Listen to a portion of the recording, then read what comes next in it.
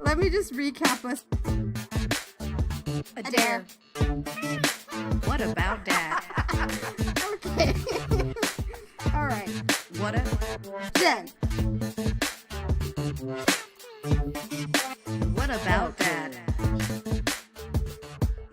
Podcast. Welcome back to What About Dad? TV recap and review. I'm Adair. I'm Jen. This week on the Salty Supergirl Review, we'll be talking about Episode 5, Parasite Lost. But before we get into it, we want to discuss the business of the day. Jen here. What About That TV recap and review announced their new patron account. This is a great opportunity for the podcast to grow to new heights, bringing you cool and exciting new extras. We will leave a link to the Patreon account in tonight's show description. If you like the podcast, feel free to follow us on Twitter, shoot on over to our iTunes, and give us a 5-star rating and write a review. A little love goes a long way towards growing the cast. Back to you, Adair. Thanks, Jen. Tonight, we'll be debuting our new series called Podfic Theater, where we will be spotlighting fanfic from some of your favorite archive of our own authors. If you have a favorite fanfic, send it to us at whataboutdat17@gmail.com, and we'll give it a look-see. And if you get picked, we'll give the star treatment. An audible explosion in your ears with the highest quality reading and editing. And if you're new to the cast, you can tune into us on iTunes, Spotify, Player FM, iHeartRadio, Stitcher, Google Play, Podbeam, Listen Notes, and we even have some fun stuff going on over at YouTube. So make sure you like and subscribe. Twitterisms. In an effort to build community, we are reaching into the fandom on Twitter and pulling tweets from across the Supergirl universe. Today's focus is #Agent Corp Appreciation Day. Shippers gonna ship, and we respect that. We respect it real hard. When Alex Danvers is in a real quantifiable bind, do you know who she turns to? Who, girl, who? Lena K. Luthor. They are both clearly two strong women, and to some, that kind of chemistry, you just want to bottle it, make it last forever like a boat, an itty-bitty ship in a bottle, and that ship's called Agent Corp. #make it real! Bam, bam, bam, bam, bam, bam, bam, bam, bam, bam, bam. Katie McPerfect at Ashley_SBA8 says, I'm still screaming over Alex turning to Lena and having faith in her to save Supergirl, even after Brainy, a 12-level intellect, said there's no hope. Still, clap emoji, screaming, clap emoji, #Lena Luthor, #Alex Danvers, #Agent Corp, #Supergirl. Yes, I like that. At Lavinka Mygins, Twitter, you guys and your names, with a meme of Alex and Lena says, "Hey, Lena, what's going on?" And Lena says, "Hey, Alex, can you come hold me for a minute? ... It's for science." #Agent Corp. Agent Corp at Tam_Sunshine. Katie says that if she has to choose a love interest, she will pick Kyler. It would be Lena's trophy, heart emoji. I'm ready for #Agent Corp anytime. Laughing till I cry face. #hack. At Sandy_C_H says, if Katie could choose any actress to play Lena's girlfriend, who would she choose? Katie? Well, looks at Kyler. Kyler is kind of nice. #Agent Corp, #laughing my ass off, #laughing my ass off. Those were the Twitterisms. Those were the Twitterisms of the day. Thank you, Agent Corp, for giving us options. All you ardent shippers, we appreciate you. And now it's time for the Salty Supergirl Review. Ew. Jim's dramatic synopsis reading. Supergirl decides to host a garden party. DIY your life. James, as Guardian, has become a social media influencer for the rising alt-right anti-alien movement sweeping through National City and the world. This sounds like one of those Dave Chappelle skits. Agent Liberty, Ben Lockwood, plots with Agent Jensen, who still has a worm in his ear. This is the song that doesn't end. Yes, it goes on and on, my friend. The worm is a parasite with the capacity to kill humans via contact and temporarily take alien powers. The worm parasite also leaves them with a fugly-ass face right before they die. Conflict of the week. Team Supergirl must stop Agent Jensen, who still has a parasite in his ear. Only problem is that he is seemingly invincible from having that parasite ear situation. You know what I'm saying? It's a catch-22. Can't stop what they can't touch. Can't touch Jensen without dying or losing his superpowers. Ain't that a shame? All right, so let's talk about Supergirl. Man, Jen, what do you think? What do you feel about her this week? I was utterly surprised because who in their right mind would think that Kara Danvers is a garden party thrower extraordinaire? I mean, she was like living her best rooftop dreams. Where'd she get that rooftop? Why didn't we see it before? We saw it before. They explained it was broke.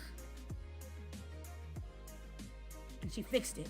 She used it to plant all the vegetables in the garden and mix the mojitos. But you know what she didn't plant in her garden? What is she not Plumeras. You know why? Because she had already picked them, and they were sitting on her desk. Oh, good Lord.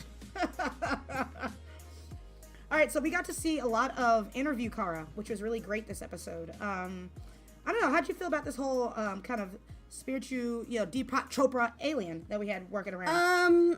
I really felt like this show zigs and then they zag, but they never do it in a way that is constructed well. This week's Union Extra of the week was this alien named Amadei, and I felt like what they really did was they set us up with this opening garden party experience to break our hearts with the fact that it was really a James-centric episode, and it also had this clunky spiritual leader who took up like nearly a third of the episode with his family drama, only none of us really cared about his family drama. And the only thing interesting about it, this whole situation, was the idea that Kara Danvers got to be a mentor to Nia Nal. That was all I got out of it. I understand that. Yeah, I did. I mean, I like the idea, but then it was also kind of like pointless. I appreciated her being, Miss Martha Stewart. I thought that was great. Bringing Nia Nal, it was a nice way to bring Nia Nal into the group, into the fold. She got to meet Alex for like a hot minute. I thought Alex was hitting on her, and I was like, stop it. It was just a little too fresh. That's it was weird. That's what I said. I was like, It's like your aunt hitting on you. Pretty much. I was like, Alex, I was like, Kyler, calm down. We get it. You need a girlfriend. Just calm down. No. Just calm it down. No. Yeah. I just, like Kara Danvers, we were always talking about how we want to see her as a reporter. I feel like that note was given. I was surprised. I was taken off. When we found out that once again, she wasn't going to be the center of the action as much. She wasn't going to fight the big bad. She was going to be the reporter.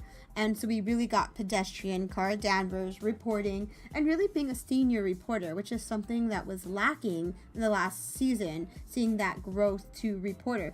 And I felt like there was a disparity because, season 3, we got Kara Danvers. I want to say it was 3. Season 3, we skipped a lot of that. So the last reference we had to Kara being a senior reporter was that she was a junior reporter working under Snapper Carr. And then that storyline kind of was left hung open. But we haven't really got to see her grow as a mentor reporter in the capacity that we're seeing Alex grow as a director of the DEO. So her career path has really been kind of a gray area for us. And I just wish I'd seen more continuity in her personal development. True. And it's also just a bummer that once again we have this kind of idea that Supergirl on her own show is taking a back seat. Yes, I'm glad that we have Kara. I'm here for it. Bring some of that stability back. But once again, it was about everybody else and their mom. Speaking of everybody else and their mom, literally everybody else and their mom, let's move on to Alex, because she had a heavy, meaty part of this episode, which was really her relationship with this new colonel who showed up. You know what I'm saying? Colonel, what is her name? Colonel Haley? Yeah, Colonel Haley. She's sent by the president. Yeah, sent by the president, who we're slowly learning Homeland Security is a little bit not so alien friendly, you know. And I mean, I get it, but it also is kind of a pain in the butt. I really liked what was happening with Alex in this episode. Yeah, we see Auntie Alex on the rooftop looking gay as ever. We'll talk about that in a different segment. But I think it's really cool that we saw a lot more of Alex being DEO leader, but like really doing it. It's just going to show that she's a perfect choice. You know, she's doing everything protocol. She is actually quite structured, and she's not really willy-nilly unless it's like life, you know, saving, which I thought was really, really interesting. You know, defying orders when she has to, but overall, Alex is a really great leader. I don't know, what do you think, kind of like going into this, about Alex president? I think for the second time, we're seeing Alex put into a situation of stress where she has been forced to define her style of leadership, and the path she chooses is always not the easy way out via beating people into submission. She beats people into submission with her mom talks. It's just like, I'm not sure that anyone else, any other FBI department runs this way. But if you cross her, you are going to get a heart-filled convo, and you're going to cry a little, and then you're going to want a hug. And that's what she's really bringing to the party these days. I mean, I think it's great, though. I mean, it's showing her negotiation skills, where she kind of just talks the bad guy down as opposed to using her fists, which I think is kind of admirable, you know? I really enjoy her continued work relationship with Brainiac, and it feels like the switch between her and Jean of being DEO leader to her being the new leader and him kind of being off the job has really, for us, it translates into minutes of Alex time on screen. Mm-hmm. This season, we are seeing so much more of her being in the relevant storylines, and it just feels like this was like a slot switch of character that we've been waiting to see for literally since season 1 happened. Absolutely. You know what Absolutely. I mean? And, you know, something that you mentioned, like her and her Brainiac, like it's funny because they're giving us different levels of Alex. Last season we got, you know, gay Alex. Great. Her coming out, it was amazing. That was the best thing they ever did to the show. Then, now we're getting her work Alex. We're really seeing Alex take a step and really be a leader, but then she's also being more of a mentor. How Kara has Nia, Alex has Brainy now. You know, a new nerd in a way to kind of show humanity and show how to be human, you know, and I think that's really great. I do love the fact that she's being challenged in a different way with this colonel. She's not being challenged in like a mental or physical aspect. It's a political aspect, you know. She had so much reverence for, you know, President Carter. Yeah, she really, President Marsden. I know, but I like calling her President Carter. And so, you know, she has this reverence for her. And so she does believe in, like, higher up and hierarchy and things like that. So having this colonel come in and be like, oh, thank God Jean's gone. He's just, you know, in it. Pretty much she said the nicer version of calling him a roach, you know. And I found that really interesting, you know. Also in this world, because they translate a lot of alien to being people of color and things like that. Being a person of color, this particular version of this character, not liking Jean, I wish that they would have gone a little deeper in making it that she didn't hate him because he was an alien, but hating that he's that he's pretty much faking being a person of color. Yeah, actually, that's a level that I would have loved to have seen from this colonel, and I like that she brought that up. You know, the notion that, you know, you're choosing to present as, you know, a person of color and finding the racism in it. A little bit. I absolutely. You know, that'd be kind of interesting. You know, like, you're fake, you're not real. Like, I could totally see them going there with that, and that's such a heavy, dark conversation to have. I really like that. I think that's a great point, you know? I think that from the moment, just one last note on this woman, Colonel Haley, I feel like the setup was so foreshadowed. Like, from the moment she arrived last episode to this episode, you know, you knew she was up to something. Presidents don't just send colonels to watch over elite secret secret government that operations, right? They don't, unless you're in some deep shit, you know, unless the government is suspicious of your motives. And so it's like this entire episode, every interaction between Alex and the colonel was good, and because it was good, you just always were waiting for the shoe to drop. And I feel like for me, I never got on board with the colonel, even as though they tried to make her as redeemable or likable or make the big twist at the end bigger. I just felt like I could see it coming from a mile away.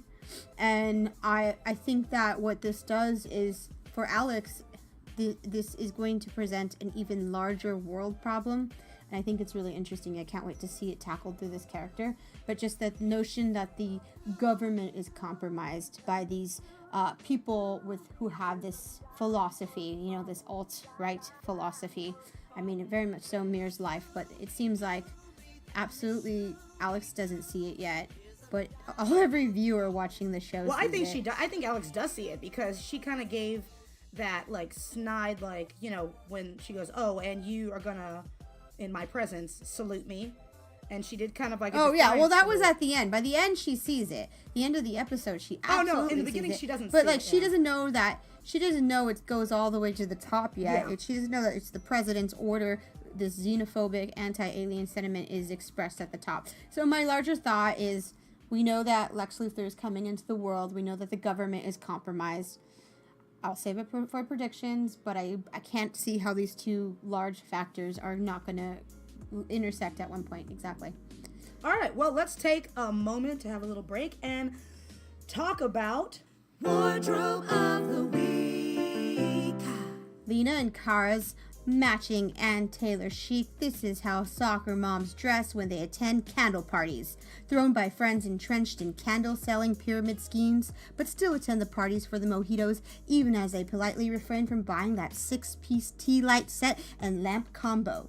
Lena's the yin to Kara's pastel yang, matching each other's complementary pink, yellow, and cream outfits. They've been a super core so long they finish each other's sentences, share an Audible account, can locate that singular piece of lint fluff on each other's shirts and brush it off. And we also have Alex Danvers. She is Tegan and Sarah in the leather jacket that she keeps in the breakup with Maggie. When she's feeling anxious, she puts the jacket up to her face, finds comfort in the lingering scents of shampoo and something else that harkens back to the days past. Beer chase back with cheap tequila shots at the Alien Bar, a semi-competitive game of pool which ends in a bar fight. Just me plus you against the world with a couple of pool sticks and yes, guns. Sometimes always at night, Maggie calls, but you don't answer it because you know she's inevitably asking about that jacket. And you always tell her the same lie. You don't have it. Haven't seen it. Have no idea what she's talking about. Conversation falls apart from there, but neither of you get off the phone. And that's Wardrobe of the Week. So Jean's evolution into community leader. I think that's his arc this series so far. Mm-hmm. What did you think? I'm liking it. Okay, so in the comic books, he is a detective. Like, he is an alien detective. They're finally getting to his actual origin of what J'onn J'onzz is supposed to be. If they're not going to give us Martian Manhunter because of all the CGI budget on on CW, then I do like the fact that they're going to treat him in this, in this regard. Somebody brought up this qualm, and I've been thinking this for a while, and I was just like, I wonder if they're ever going to address it. I kind of let it go in the vein of, suspending my disbelief. J'onn is taking over the kind of alien AA meeting bar from Fiona, yes? So we're here, and the whole point of the alien, meetup is to be like, we get to be ourselves. I'm not wearing my inhibitor. I look like an alien. I want people to love me and see me as an alien. while all along John is running this thing as a human. He's not looking like Martian Manhunter. He's not living his life on the outs as a Martian. He keeps looking like a black dude. So while it's like, and I forget his name, he's a YouTuber, but he says, and which was a great analogy, he goes, it's like having an alcoholic running an AA meeting. It makes no sense. You know, when I wrote notes for this show on this episode, I wrote that exact thing. And you know what? I'm glad you remembered that, because I thank you for bringing that up again. I thank you for bringing that into this space, because I had the same thought, you know, and I feel like speaking to that thought, that why isn't he presenting, what doesn't make, it would make sense, but they haven't given him the infrastructure, they haven't given him the writing or the development. So he's never exhibited any of his own inner conflict about presenting as an alien. And so I feel like it would make sense if he had like this storyline where he was conflicted about going out in public as an alien, you know, if it was his own battle. But the fact that he isn't and that he's confident in who he is really just adds to the fact that it made no sense. He could have at least, like, even if he's not going to do the CGI makeup, you know, they could have at least put him in the costume, what he wears in his home, you know, that Martian hunter regalia. Or, well, the thing is, I just kind of realized, because you actually mentioned, you just said something that kind of sparked an idea. It's like, okay, he did say a few seasons ago, like, he presents as a black man because Martians are very much treated almost the same way on his planet the way black people are treated on this planet. So he felt akin and very, you know, connected to that face, because it felt just like home in a way. It felt more realistic to him. Now, with that said, because you were like, oh, does he have that internal struggle? I almost feel like he keeps looking like Hank Henshaw because it's still the same effect. If he were to be a Martian, he would probably get the same hate that he gets from being a black guy. Does that make sense? It's like, it's almost like, what's the point of looking like an alien when you're just going to get the same hate? I might as well look like the same dude. Like, which one, if we're getting really deep, which one's hated more in this world? You know, people of color, black dude, or a Martian? I would say the alien would be hated more, which is why you'd have to have the alien, you know, present more to remove the stigma from the media representation. Yeah, and I think, well, because now that he's already said, oh, because I'm a Martian and I chose to be a black guy, because it's the same thing in his mind, ultimately. He can't separate himself from what he is. Yeah.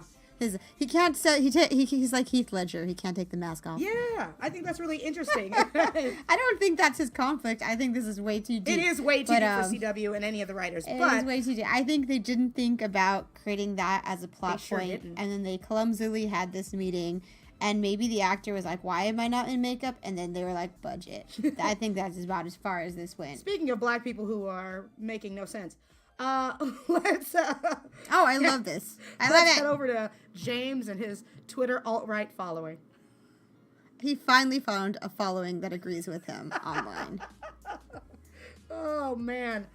Oh, much like his actor, James is absolutely becoming a pain in the ass to everybody. He's so, I don't care. I can separate the two, but James, I have complained when I did a solo cast. I talked about like 5 things people could do to make this character better, to develop him, to make him a better character, make him great. And one of the things on my list was to write a flaw for him. And I think the writers are like, let's make him arrogant. And I'm like, just because you give a character a flaw does not it makes the character more interesting, because now you have something to talk about. Like tonight we have something to talk about as opposed to nothing burger we've had. But it also is not necessarily making him likable. Now, I feel like they try so hard to make him likable, I don't like him.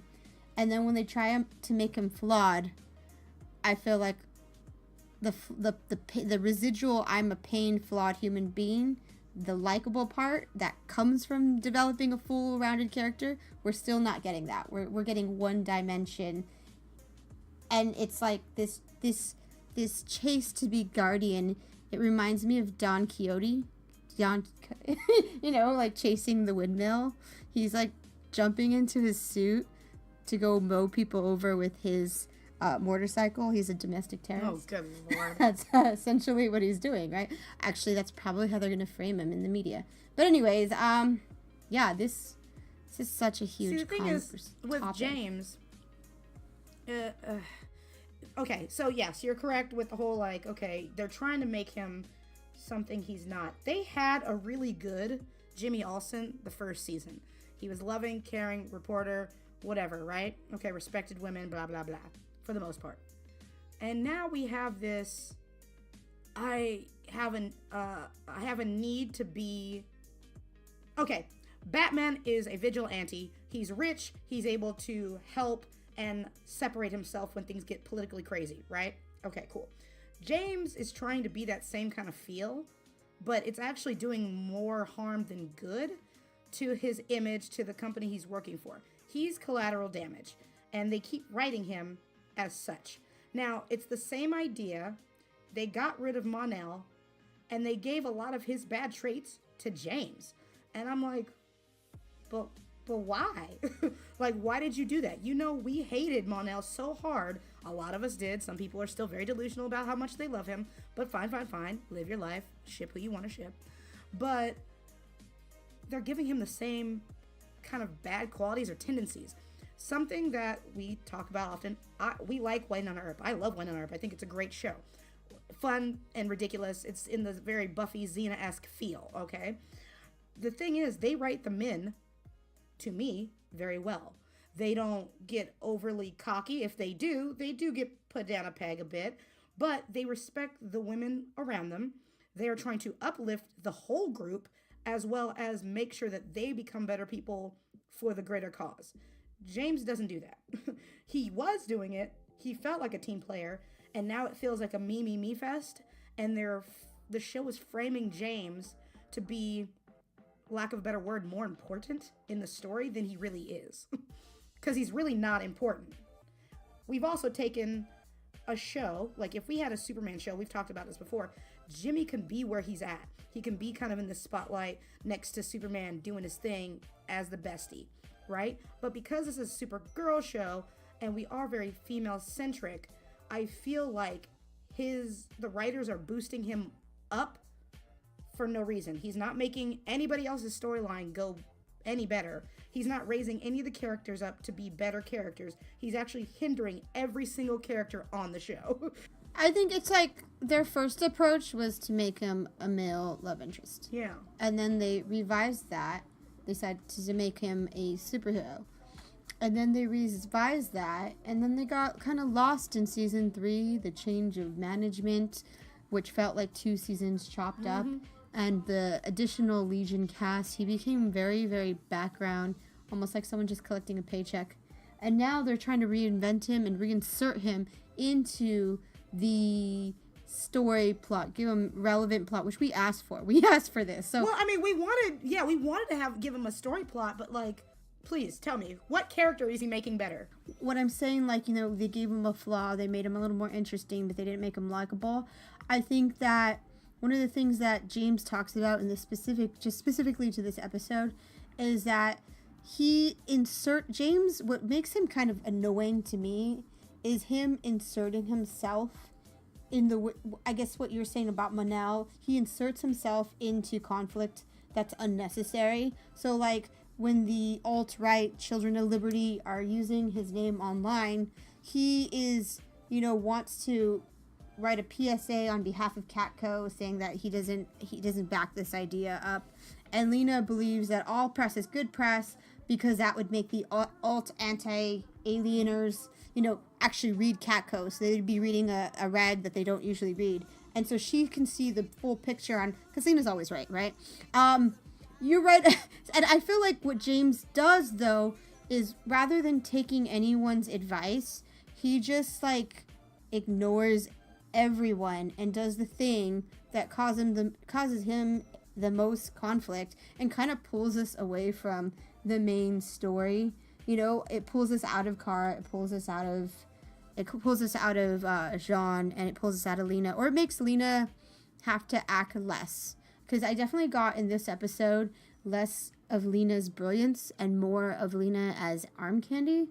And just like the notion that she becomes less brilliant when she's in a scene for this character who has less intelligence, you know, and the notion that his lack of intelligence and his lack of foresight, he thinks he's smarter than her or smarter than everyone else in the room.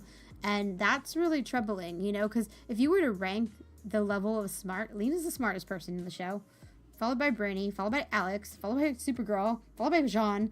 James is the least smartest character in terms of any, just like mental capacity on the show, you know? He's a photographer that got a glorified raise. And I feel like, so for him to constantly being ignoring the smartest person in the world is, I mean, in this, it's the smartest person in the room for his out of arrogance is a blind fault that he has, but it's a fault that the writers never intended to write. It's just coming up because you have such an undeveloped character that you never fully figured out. So he's getting this fault and people are catching it and they don't like it, and you're like, what's wrong with this picture? Because it still doesn't feel like it's filled in. He still feels like an archetype, a caricature. He doesn't feel like a full character, and now he's not listening to the most developed characters on the show. So in that regard, I'm like, oh, you're trying to fix it. You're making it worse. Yeah. Yeah, no, indeed. And you mentioned something great, and that helps us move on to Lena. You know, she's becoming arm candy? Like, what? You know, it once again, like I say, it's the Mon-El treatment. They're turning him into that type of man. Not saying Mon-El exactly, but for whatever reason, the writers of Supergirl have an idea of what a good man is, and it's pretty much the opposite of what everybody else thinks a good man is. Like, just being way too prideful and I know the answer, even though you're the one person who wouldn't know the actual answer. I know more about a subject that I know nothing about. Lena is Lena Luthor. She literally said in a few episodes before, I don't need a man. I don't walk behind a man. I don't know how that is or what that's like because I don't walk behind a man, you know? And it's like, but now we have her walking behind this man. Like, she is, thank God, I feel like is going to go into this double agent situation because she's always been sold to us with having an ulterior motive. And what felt off about this episode was that you had the scene between Agent Liberty and James, and you had both of them having a perspective. But then when you have a character that's Lena Luthor standing in the room, who seemingly owns both Catco, Alcorp, made Agent Liberty go out of business because she stopped doing business. When you have this really, really developed character in a scene like that, and you didn't give her a point of view, like, we didn't know what her feelings were about James getting entrenched. You know, Katie gave us maybe a few looks, but there was no written dialogue that spoke to Lena's point of view in the scene between these two men, where she got James the in. She got him the meeting to go to the mayor's and be the keynote speaker of that event. She's that important. She set it up. So, like, why you know, is the he thing is, like, speaker? Like exactly, like, and to have Ben Lockwood there, you know, that's a scary thought. That's saying that, you know, as an influencer, he's now become crossed over, he's crossed his brand into the media, into national media, and he's considered an outlet. That's horrifying. And, you know, you didn't have Lena saying anything about that, and you didn't have Lena, you know, saying, hey, James, what are you doing? Or, like, you didn't have any point of view from Lena in that scene, you know? And and the reason why people get so angry when they see a woman reduced to arm candy is it's just like, it takes very little to give her agency in that scene. One little line, you know, and you do have time in the script to write something. It could be 3 letters, you know, and you would have her point of view. But it was really lacking in this episode. You know, we had her being a soccer mom with Kara, and we enjoyed that. And then we had her having her opinion washed away. And we know that Lena is never one to do that. And, you know, this just like... Yeah. I just feel like... Okay. So I have a lot of predictions about this. And I guess I'll cover this in the predictions. Okay. So, yeah, no worries. Yeah. Well, we'll move on to a little lighter-hearted grouping that we actually are here for. which is Nia Null and Brainy. It's very cute that they're, starting this ship. I can't wait to hear what the name for that is going to be. Hashtag Brainy Null. Is it Brainy Null? Oh, yeah. Yes. Or Dream Brainer. That'd be funny. Brain Dreamer. I don't know. Brainy Null has like that. But you're right. Anything, we're open to concepts. We're open to all. We want to work with everyone. I'm here for it. But I think it's cute. It's precious. We don't have precious in this thing. We had Maggie and Alex, and that was like, oh, boo. But like, this is like watching two teenagers just like fall for each other. And you're like, oh, I just want to hug you guys, boogie boo. It's super adorable. I love that Brainy has zero concept of the fact that he's so logical. You said to find me, so I found you. Didn't mean I didn't know how to call you. Like, he doesn't know how that works. And I think that's cute. And there was some people who were trying to bitch and say it was like, oh, well, if Mon-El did this, blah, blah, blah, you guys would hate it. It's like, but Mon-El is kind of a perv, but Brainy has zero concept of dating, and it's not the same thing at all. So, but it was very adorable. It was just, also, what is up with Brainy and being drunk, but then was like, and now I'm not drunk. That is a power I wish I had, honestly. I just think, we were talking about a moment ago, James becoming this toxic character. Mm-hmm. I think Brainy is the polar opposite. Yep. He is a character that the writers they're so hot and cold. Jean, great. I'm never mad at Jean. He never does anything that I don't agree with. Brainy, he has been Win without the obnoxious. He's been a breath of fresh air. Mm-hmm. He's given me a jump. I enjoy every one of his scenes. And for a long time, it's just like I've always looked forward to Kara and Lena and Alex, and when we go, and John, and now he's just like, it's kind of making it easier he's giving me another place to enjoy within the span of an hour, and I've really enjoyed him. Yeah. You know what I mean? Absolutely. And he's not toxic.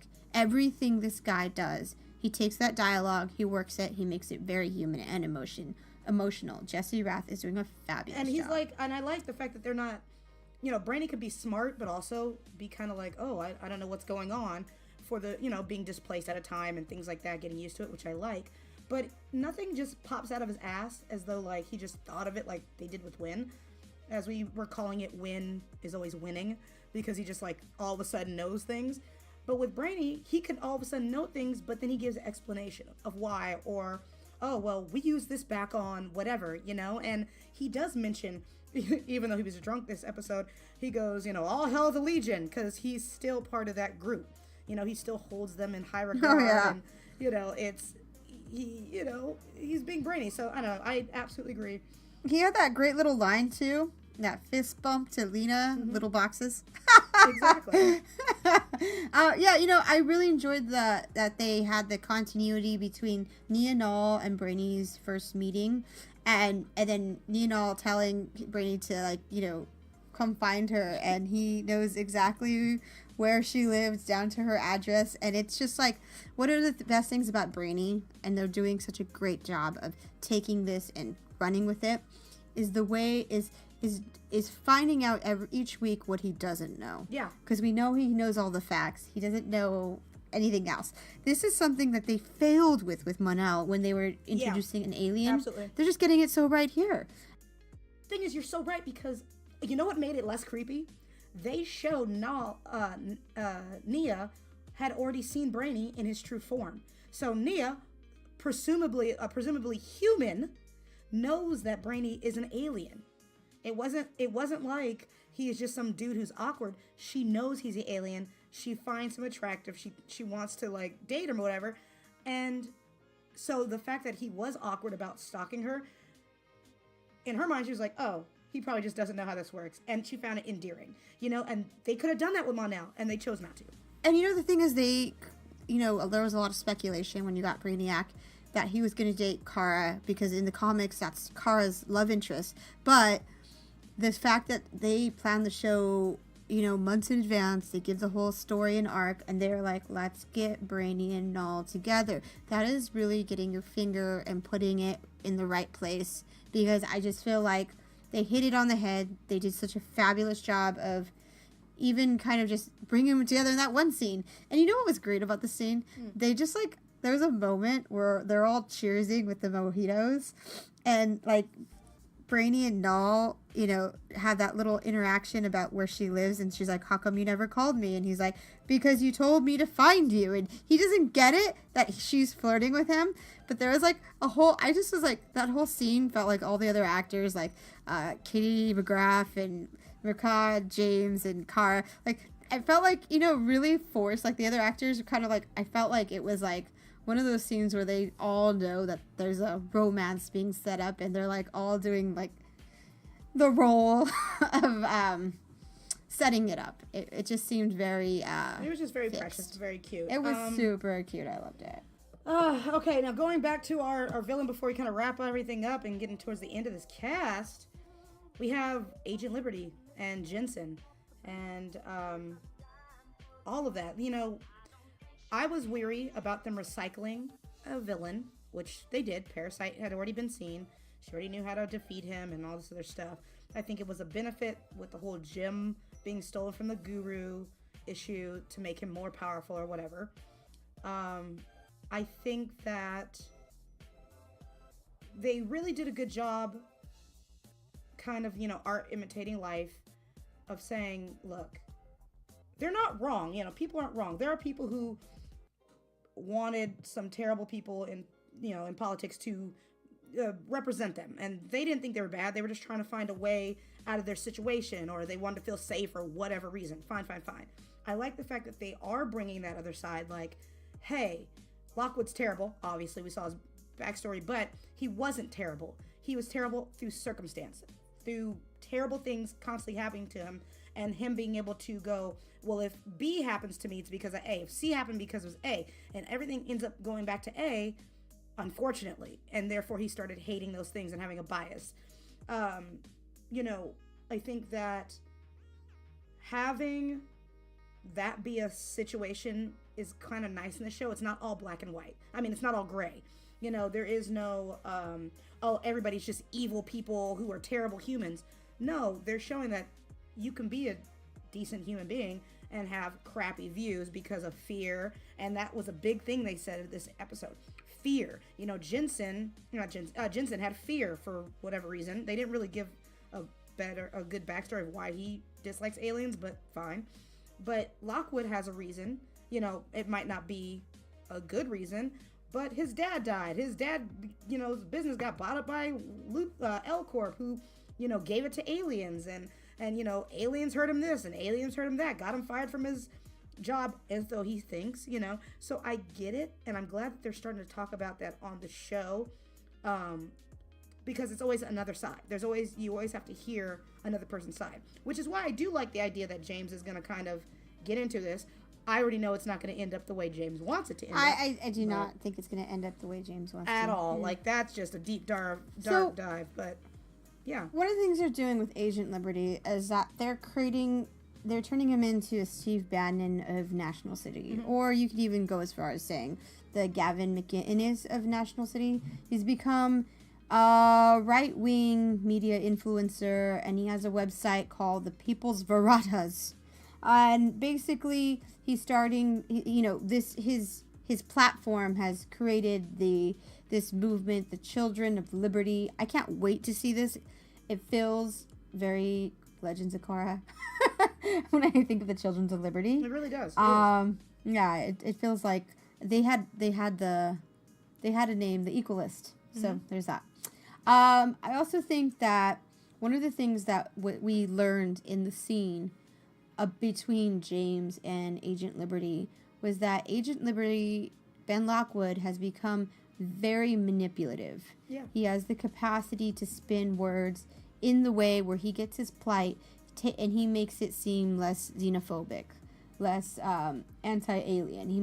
He has a way of being relatable. He has a way of humanizing his issues. And what he's done is, I just talked about it. James is not the smartest character on the show, but he thinks he's the smartest, so that's his flaw. And it feels like he showed us in the scene that he had the capacity to bait James into being the Guardian when James really didn't want, when James, with the stakes of James going to prison being so high. And so he's capable of manipulating James right off the bat by getting him to fight when James says he's not going to fight. And so if James thinks he's going to go and double agent and do some deep inside investigative reporting with these Children of Liberty, I think that this is just going to blow up in his face. 100%. What do you think? Absolutely. What do you think of that? Well, I also like they're going to use him. They are. I also like the fact that they kept saying, James kept saying, "You're not going to turn me. You're not going to get me on your side." And I'm like, honey, we all know by the CW already, if you keep saying something, doth protest too much. He's probably going to you know what I'd like to see? I'd like to see James go full fanatic. Like one of my other descriptions, I wrote top 5 how to fix James. I said give him a flaw. I said to give him an enemy, like an enemy we can all get behind. And I said that he should get Catco and put Catco against alt-right conservative media newspaper. So now you have, I think they just went on the podcast, took my notes. Now you have Agent Liberty who runs the Veratas, the People's Veratas, and you have James trying to fight that source. The only thing is I was like Catco versus the People's Veratas, but instead you have James on Team Veratas. I would love to see James be fully manipulated, go full humans first, and become a total baddie. I would love it. They would never do it, but then I think I might like James. So there's a thought. Right? Wouldn't it be cool? Wouldn't that be cool and interesting? Like, Agent Liberty gets to James. James becomes his second in command. James starts to be like, yeah, I'm just sticking up for my people. I'm a human. Like, he starts to, little by little, become, and you just make it a slow burn. I'd love to see a turning of James Olsen. I doubt that's ever going to happen, but, like, I get it. You can't, but yeah. I don't see it, but I definitely, I get it, because he's, like I said, he's too close to Superman and Supergirl. Well, he has hubris, He's somebody who thinks he's the greatest. He's going to end up being manipulated, and that's pretty much going to be his downfall. His hubris, I can infiltrate this group because I know better. Yeah. That's going to get him in trouble. Yeah. All right, let's get to these questions. And this is questions for you guys out there. Please feel free to go to iTunes or YouTube or any of the channels that you hear us on and, give us your ideas and your thoughts, especially on Twitter at whatabout_dat. Hit us up there with these answers. How will Lena deal with the decision James has made to engage the alt-right? It's like, how's that going to work out? How's she going to feel about it? This sounds like a dirty question, but I'm going to ask it. Will Alex get a firm upper hand on her commander? It actually doesn't sound like a dirty question. I think it's just the way you said it. It's because the word firm upper hand on her commander. She's going to need 2 hands for that job. Go on. Wow, we went there. Okay. Well, will we be... Oh, good God.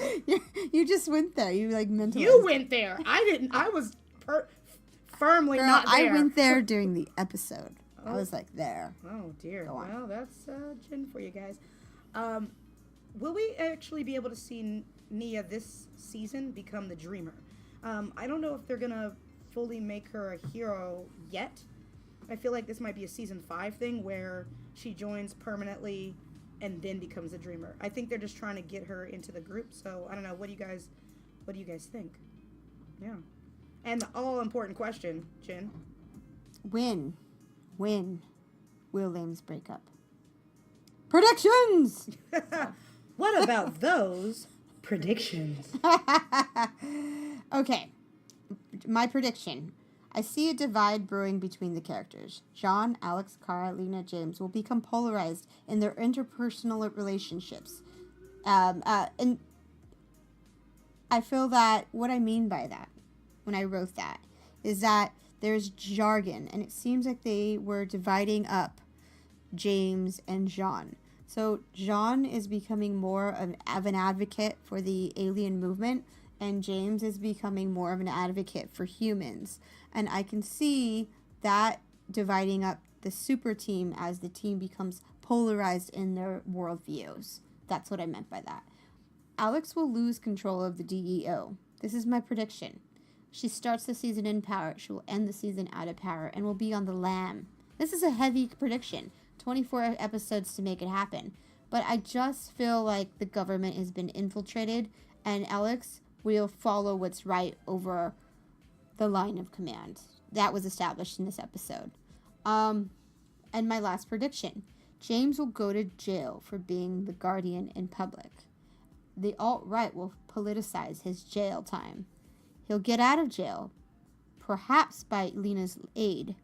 She will promptly then break up with them. This is how I see the breakup happening. Because Lena said it. She lives in the gray.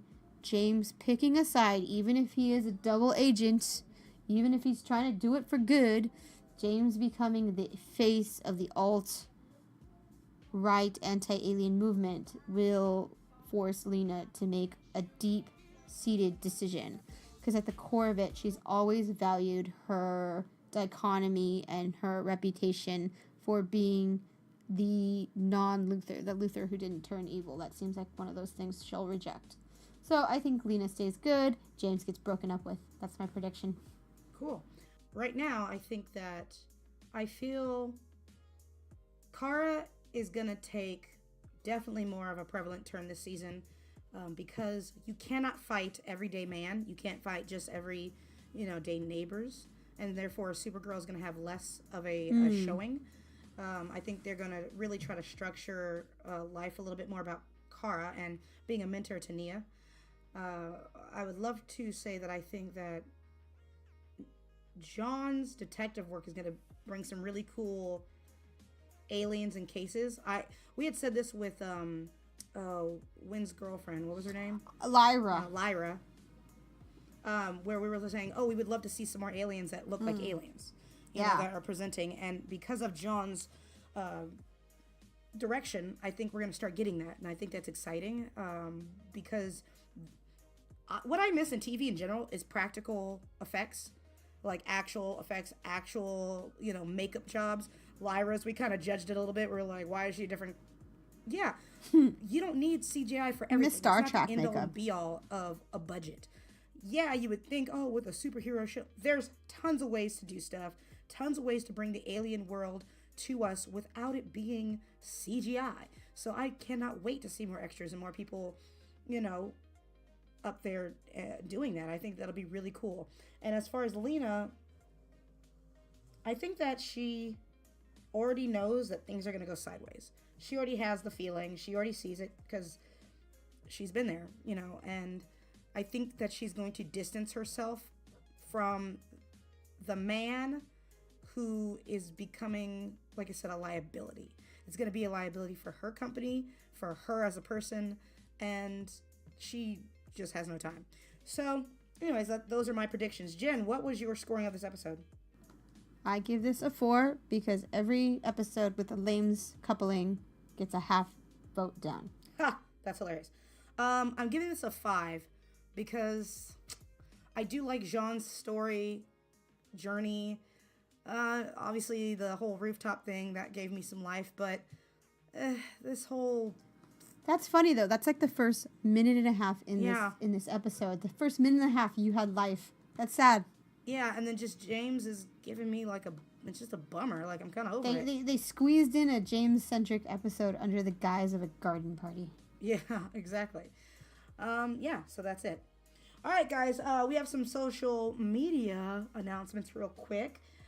Just once again, we said at the top of this cast, but I'll say it again. We will be releasing the reading of If Only Part 1 by Always Bring Back Up _03. We are doing this in 4-part series because it's a very long fic and ain't nobody got time to record all that in one night. So, yeah. I hope you guys check Adair makes a great Alex Danvers. Just so you guys know, I'm teasing it. Oh, Lordy. We are all pitching in and being silly, so I hope you guys enjoy. Make sure you guys comment, and once again, hit us up on Twitter as you do. Have a great night. See you later. Thanks for listening. And if you want to take us on the go, we are now available on iTunes, Spotify, Player FM, iHeartRadio, Stitcher, Google Play, Listen Notes, and Podbean. We even have some fun stuff going on over at YouTube. And if you feel like sliding on through, head over to Twitter at whatabout_dat. Hope to see you soon.